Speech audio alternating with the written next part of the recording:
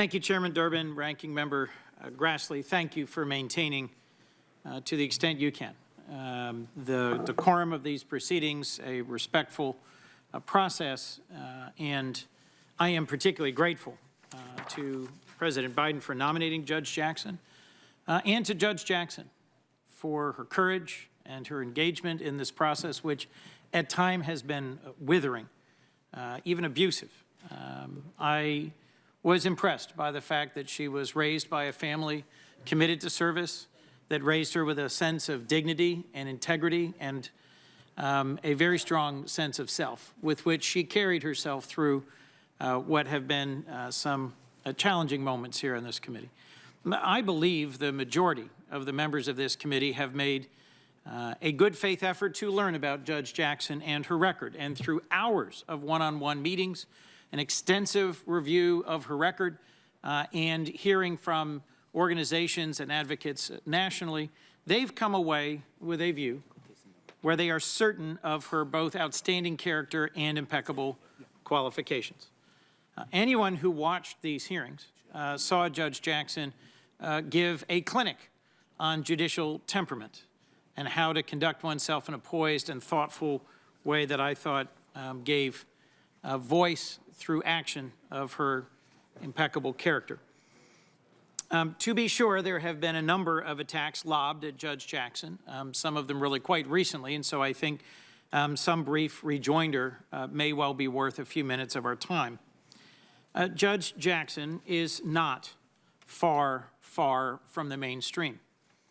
In fact, in over 250 reviews conducted by the American Bar Association, and that includes judges and prosecutors, defense attorneys, fellow practitioners from her time as a public defender, her time at different law firms, her time on the bench, and her clerkships, not one found her far outside the mainstream.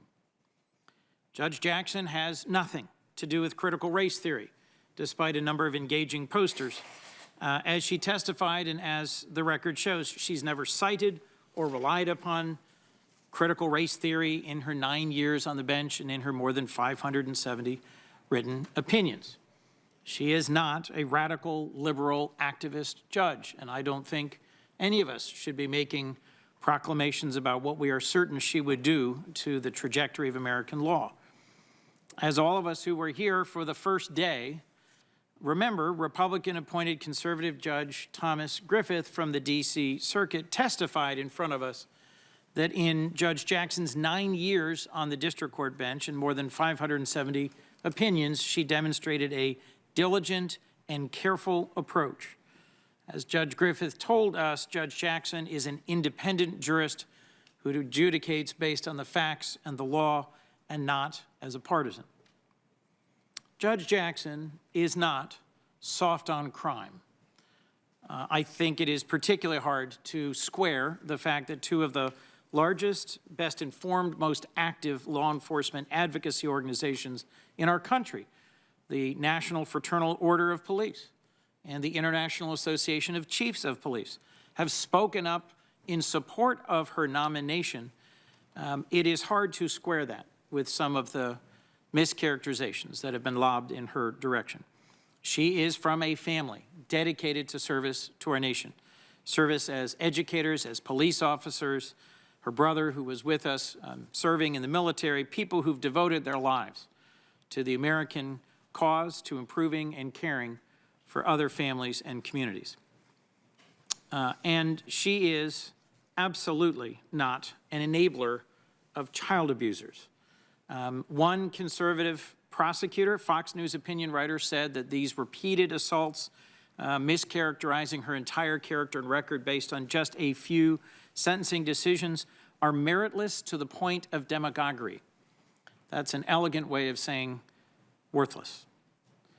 Of the 100 offenders she sentenced, there have been just 5 cases for possession of child pornography, and in every case, she sent the offender to jail. As my colleague from Minnesota ably and thoroughly reviewed, she's in the mainstream of judges sentencing in these cases. I'll just add 2 more pieces of evidence to this ongoing debate, if I might. An ABC News review of federal judges appointed and confirmed during the previous administration found a dozen had handed down similar below-guideline sentences in cases of defendants who were charged with viewing, possessing, transporting, or distributing child pornography. The committee also received a letter from judges, 9 retired district court and circuit court judges, retired. This is affiliated with Harvard Law School.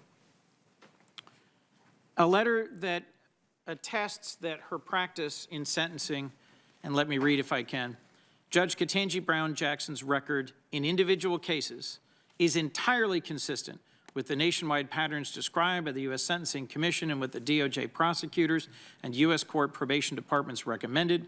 To the extent she departed, it is well within the mainstream of what other judges were doing nationwide by judges appointed by both Republicans and Democrats. Finally, I thought this was in some ways the hardest to understand. Judge Jackson is not going to pack the Supreme Court.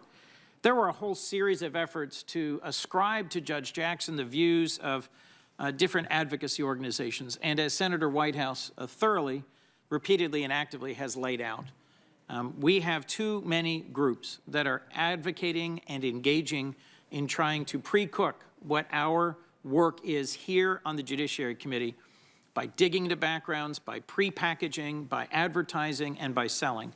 We can and should make real progress in opening up these dark money groups by voting for the Disclose Act. If later this year, when we have a chance on the floor of the Senate, my colleagues refuse to vote so that the American people can know who's really funding all this stuff, then they don't really want to know the truth. There's a lot more that I could present this morning to lay out the truth behind all of these aggressive, and I would say often baseless, attacks on Judge Jackson. Sadly, I think the truth about this is less relevant because a principal goal here is about stirring up division and scoring political points.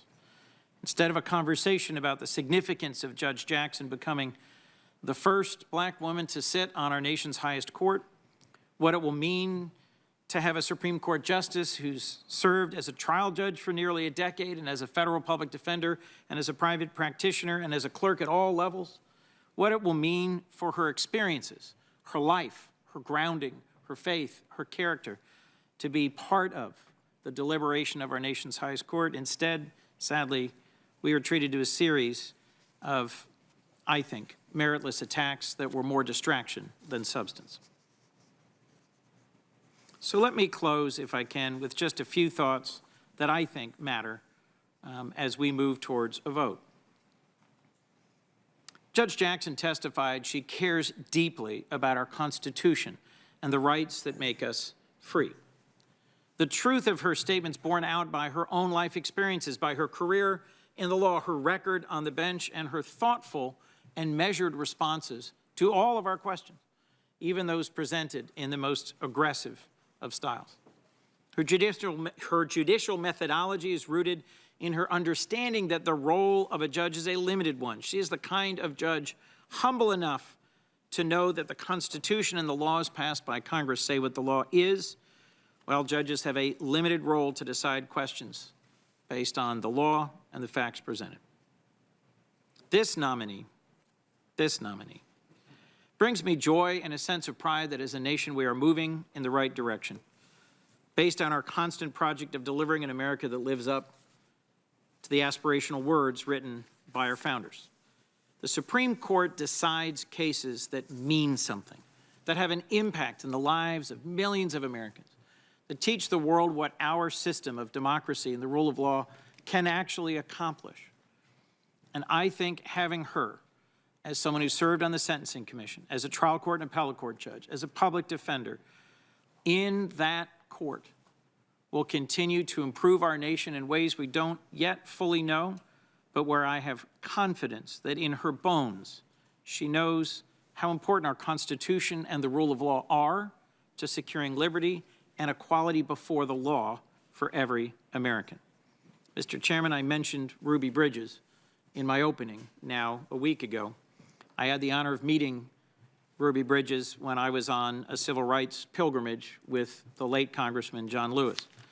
What's always struck me about the painting that Norman Rockwell did of Ruby Bridges was that as a very young girl marching into school, that by an action of the United States Supreme Court was open to her for the first time, there were tomatoes and slurs on the wall behind her. And yet she held her chin high, she was straight, and she marched forward with a sense of confidence, despite just outside the frame of that painting there being a howling, angry mob.